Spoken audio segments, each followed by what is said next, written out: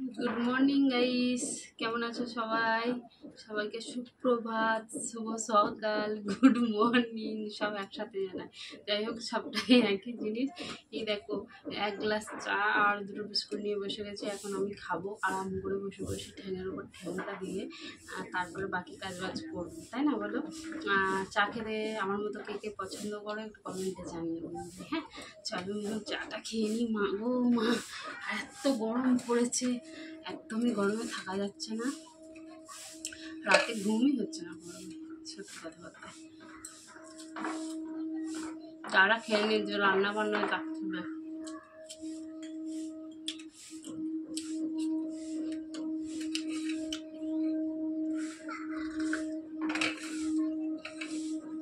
কালকে একটা video post করেছি, কি করেছি জানো? রেডি টেডি করে পুরো ঘুমিয়ে গেছে, ঘুমিয়ে গেছে।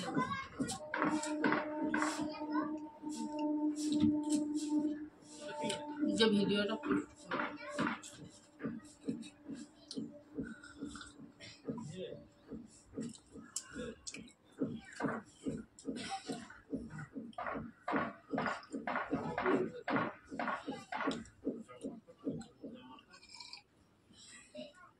এই গরমকালেও মানে শান্তি নাই। আগে ভাবতাম শীতকালে যখন ছিল তখন ভাবতাম গরম আসলে বাঁচবো, আবার এখন গরম এসে ওটা বাবা গরমের ঠেলায় আসতে রয়েছে। একবার বৃষ্টিটা হলে তাহলে আর এত কষ্টটা হবে। চারিদিকে গাছপালা একবার শুকিয়ে একদম যাতা হয়ে যাচ্ছে।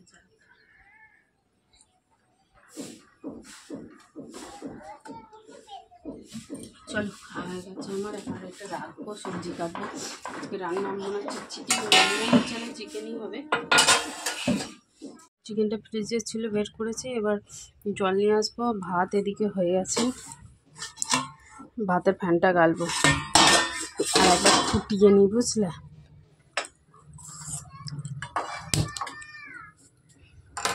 ভাতটা হতে থাকুক, একবার ফুটুক, আমি সবজিগুলো কেটে নিই। সবজিগুলো কাটতে কাটতে তোমাদের সাথে অনেক গল্প করব, কারণ অনেক গল্প জমে আছে। কাল ভিডিও দিতে পারিনি। আসলে ভিডিও কি হয়েছে বলো তো তোমাদেরকে? ফার্স্টের দিকে আমি বললাম, এত দোকানের চাপ ছিল, মানে পার্লার আর ধরো জামা কাপড়ের দোকান, আবার সেলাই প্লাস তো এই তিনটে জিনিস একসাথে হয়, মানে মালিকের চাপই পড়ে। তো আমি থাকি শুধু একা হেল্প করার জন্য। যাই হোক, আবার কালকে হচ্ছে চুল স্ট্রেটের কাজ ছিল, তো তার জন্য আজ মানে চুল স্ট্রেট করতে 5 থেকে 7 ঘন্টা প্রায় লাগে, বুঝতে পারছো? আর সকাল 11টার মধ্যে এদিকের কাজ বা এই দোকানের কাজ বা সব এগিয়ে দিয়েছিলাম। এগিয়ে দেওয়ার পর ওদিকে গেছিলাম, ওদিকে 11টা থেকে পুরো 6টা পর্যন্ত ওখানে ছিলাম, বুঝলে? তো এবার কখন পাবো যে বাড়ি আসবো, খাবো, রেস্ট নেবো? কালকে তো কোনো রেস্ট নিতে পাইনি। এত পরিমাণ আলা হয়ে গেছে, মানে বলে বোঝাতে পারবো না তোমাদেরকে। মানে এত রৌদ্রের মধ্যে একটা রাস্তার ধারে দোকানে থাকা, বুঝতে পারছো তো কতটা চাপের হতে পারে। এত মানে গরম বিচ্ছিরি, আর পার্লারের মধ্যে মানে লোক এসেই যাচ্ছে, 4-5টা লোক এসেই যাচ্ছে, ঢুকেই যাচ্ছে। ধরো আছে তাদের নিঃশ্বাসে, আর পার্লারের মধ্যে কোনো জানলা নেই, আর এই দোকানের মধ্যেও কোনো জানলা পাল্লা নেই। এই দোকানে না জানলা থাকলেও মানে দরজাটা তো সবসময় খোলা থাকে, আর পার্লারের মধ্যে দেখো পর্দা সবসময় দিয়ে রাখতে হয়, কারণ কাস্টমার থাকে সেই জন্য। তো এটা তো কিছু করার না, ওখানে কষ্ট করে থাকতেই হবে। আর চলো তোমাদেরকে দোকানের গল্প শোনাচ্ছি আমি। আসলে দেখো, আলু কাটতে কাটতে কী করবো, তোমাদের সাথে একটু গল্প করি। তোমাদের সাথে গল্প না করলে তোমার আবার পেটের ভাত হজম হয় না, তাই না? তাই তোমাদের সাথে সব কিছুটা শেয়ার করি। কি করব বলো, আমার সাথে যেটা ঘটে সেটাই আমার ব্লগ ভিডিও, মানে তো আমি সব কিছু শেয়ারই করবো তোমাদের সাথে, তাই না?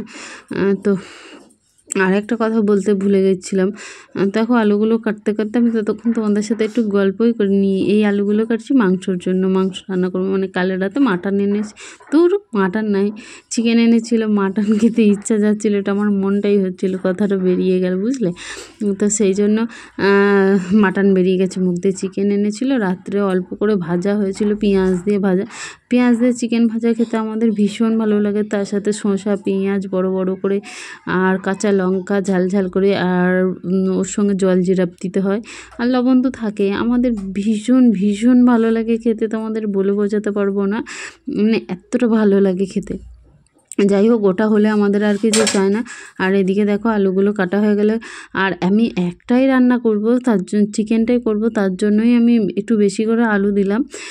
কারণ আজকেও তারা আছে, আজকে দুটো ব্লাউজ আছে, মানে নিতে আসবে ব্লাউজ দুটো, সেই জন্য রেডি করতে হবে। ধরো মালিক তো রেডি করে দেবে, এবার হাতের কাজ যেগুলো কাজবাজ থাকে সেগুলো ধরো আমাকেই কমপ্লিট করতে হয়, ওই জন্য আমাকেও তাড়াতাড়ি যেতে হবে। এখন কটা বাজে জানো? 6টা বাজে। তার মধ্যে রোদ্দুরটা একবার দেখো কি পরিমাণ উঠেছে। আমার ভাত হয়ে গেছে, আর এখানে দেখো আমি ভাতের ফ্যানটা গালছি। আর আজকে আর কাঠে রান্না করিনি, আমার তাড়া আছে বলেই কাঠে রান্না করিনি। গ্যাসে একদিকে ভাত বসালাম, একদিকে চা বানিয়ে খেয়েছি, আর আলু কাটছিলাম। এবার তরকারি বসাবো, মানে চিকেনটা রান্নাবান্না করে দেবো। চিকেনটা রান্নাবান্না করা হয়ে গেলে তারপরে আমি দোকানে যাব, কারণ আমি দেখো রেডি হয়েই আছি, একদম বাসি জামা কাপড়টা চেঞ্জ করে নিয়ে পুরো রেডি হয়ে গেছি, কারণ তরকারিটা কষবো, জল দেব, আর দোকানের জন্য বেরিয়ে যাব একদম।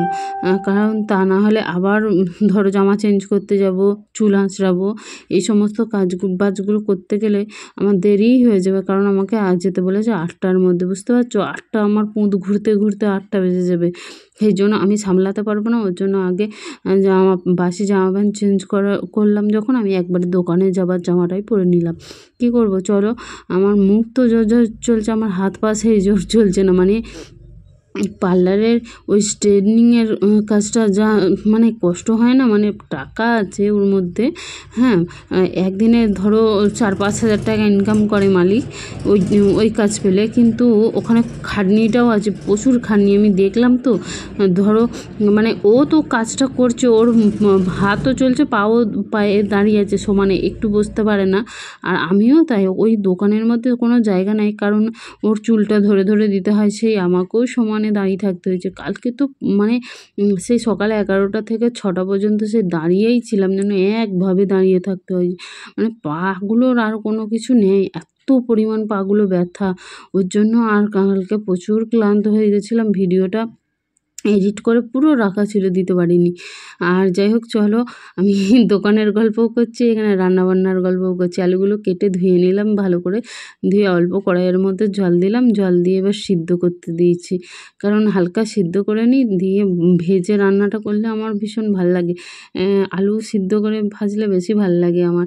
আর অনেকে আছে শুধু আলুটাই এমনি ভেজে নেয়, এমনি আমি ভাজি না, বড়মশাই ভাজে। ও যদি কখনো রান্না করে, ও দেখি শুধুই আলু ভাজে। আর আমি রান্নাবান্না করলে আমি আলু একটু হালকা ভাপিয়ে নিই, ভাপিয়ে নিয়ে নুন হলুদ দিয়ে ভেজে নিই। আর এদিকে চলো, আমার চা মানে কি বলবো, আবার চাটাও দুবার করে করতে হলো। মাস্টারমশাই আসলো পড়াতে বাবুকে, তো সেই জন্য। আর এদিকে আমি কি করছি বলো তো, আমি নিজেও তো বুঝতে পারছি না কী করেছি। ও হালকা করে চিকেন তুলে রেখেছিলাম, চিকেনগুলো বাছছিলাম আর কি, যে কতটা কি আছে অল্প করে রাখি, ও বেলা যেন আবার হয়ে যায়, ভাবনা চিন্তা না করতে হয়। তো সেই জন্য কি কোটোয় তুলে রাখলাম আগের দিনের জন্য, আগের দিন হয়ে যাবে। তো চলো, আমি সেটাই বলছিলাম, চলো রেখে আসি। সবজিটা রেখে আসলাম, এদিকে দেখো আর কি করা যায় সেটাই ভাবনা চিন্তা করছি। এক বালতি জল নিয়ে তো চলে এসেছি, আর রান্নার ঘরে জল না হলে কিছুই কাজবাজ হবে না। তো চিকেনটাই আমি ধুচ্ছি ভালো করে, যে জল দিয়ে। আর এদিকে আড়াল হয়ে যাচ্ছে, তোমরাও কিছু দেখতে পাচ্ছ না, আর আমি নিজেও বলতে পারছি না, কারণ এখন না মনে থাকা বিশাল কঠিন হয়ে গেছে, কোনো জিনিস স্টপ করে মনে রাখতে পারি না। এদিকে দেখো মাংসটা ধুয়ে নিলাম ভালো করে, এদিকে আলুটা সিদ্ধ করতে দিয়েছি, আর তারপর চলে আসলাম একটু আদা রসুন পেঁয়াজ এগুলো আর কি ছাড়াতে। তো মাংস না হলে তো অচল হবে, তাই না? মাংসটা রান্না করবো কি দিয়ে, পেঁয়াজ কাঁচা লঙ্কা আদা রসুন যদি নাই দিই, তো সেই জন্য ওইগুলো রেডি করছি আমি এখন বসে বসে।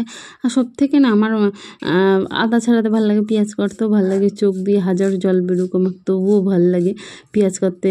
টমেটো কাটা তো কোনো ব্যাপারই না, তাই না? আমার কিন্তু সব থেকে বেশি বিজোড় লাগে, মানে বিরক্তর কাজ, সেটা হচ্ছে কি বলো তো, আমার রসুন ছাড়াতে। এত মানে রসুনটা দেখলেই যেন আমার গায়ে জ্বর চলে আসে।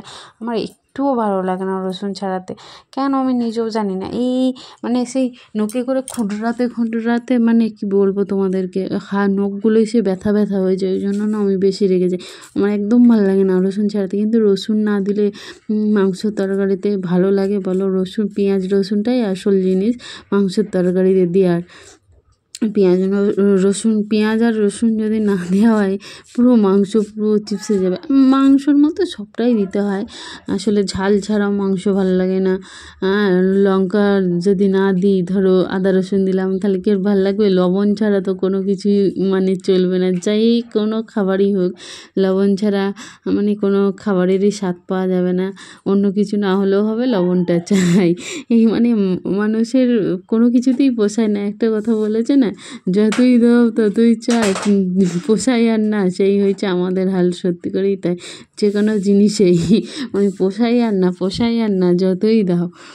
চলো, পোষাতে হবে না, ভালো করে পুষিয়ে দিতে হবে রাত্রেবেলা। আর এদিকে খারাপ ভাবো না আবার রাত্রেবেলা বলছি বলে, রাত্রেবেলা পোষাতে হবে মানে কি বলো তো, রাত্রেবেলা মাংসটা আবার যখন রান্না করবো একদম ঝাল ঝাল করে মনের মতো একদম নুন হলুদ দিয়ে ভাজা ভাজা করব, একদম মুখরোচক করব, সেটার কথাই বলছিলাম আমি, যে রাত্রেবেলা ভালো করে হবে, ঠিক আছে? তো চলো। আর এদিকে দেখো আমি একটু ভালো করে ধুয়ে নিচ্ছি, ভালো করে ধুয়ে নিয়ে একটুখানি এবার মিক্সিতে চলো বেটে নেবো। আর এদিকে দেখো টমেটো পেঁয়াজটা কেটে নিয়েছি। তো অল্প একটা পেঁয়াজ কী করলাম বলো তো, একটা পেঁয়াজ পেস্ট করার জন্য আদা রসুন পেঁয়াজটা দিয়ে দিলাম, আর দুটো পেঁয়াজ এর মধ্যে প্লেটের মধ্যে কেটে রেখেছি। একটা পেঁয়াজ কেন বলো তো পেস্ট করতে দিলাম, বেশ তরকারিটা ঘন বড়া দেখতে হয়, মানে গ্রেভিটা বেশ মোটা পাড়া হয়, ভালো লাগে, সেই জন্য দিলাম। আর আমাকে একটু মাংসের তরকারিতে গ্রেভি থাকলে না আমার খুব ভালো লাগে। আর এই দেখো আলুগুলো ফুটছে, এবার আলুগুলোকে নামিয়ে নেব, হালকা করে ভাজতে টাজতে দেবো। তার আগে চলে যাই, চলো মশলাটা একটু দু পাম মেরে দিই। দু পাম না মারলে একদম হবে না, মশলাটা হবে না। আর পট করে যদি কারেন্টটা চলে যায় তাহলে একদম সত্যি পরিবার দেওয়ারে চলে যায়। কারেন্টের কোনো বিশ্বাস নেই, যখন তখন চলে যায়, যখন তখন আসে। তোমাদের যদি কি ওখানে হচ্ছে গোলটায় পর্যন্ত তো ওই সমস্যাটা দেখা যায়, হ্যাঁ পুরো বিরক্ত লাগে, বলতে পারবো না, যে ঝাপটা গরম হয় একটু বলে বোঝাতে পারবো না। সবচেয়ে কারেন্টটা রয়েছে যখন খুব দরকার, আর জন্য তাড়াতাড়ি খাটাখাটি করে এসে শুয়ে একটু ফোনটা চালাবো, তখন দেখবো মানে কত বড় হিংসা, বুঝতে পারছো?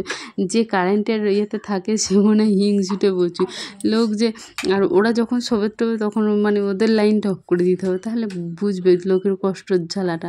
আমাদের এদিকে খুব কারেন্টের ডিস্টার্ব করে গো। আগে কিন্তু খুব ভালো ছিল, আগে কখনো কারেন্টই যেত না। আমি দেখতাম, মানে আমি বলতাম যে এদিকে গিয়ে, আমি যখন বিয়ে হয়ে আসি তখন আমি বলতাম এদিকে কি কারেন্ট ফারেন্ট যায় না নাকি, কিন্তু এখন এত বাজে হয়ে গেছে মানে বলার মতো না। এদিকে চলো তেল দিয়ে দিয়েছি কড়াইয়ে, বাজে যে হয়েছে, যা হয়েছে পরের ঝামেলা, ঘরে এনে কোনো লাভ নেই।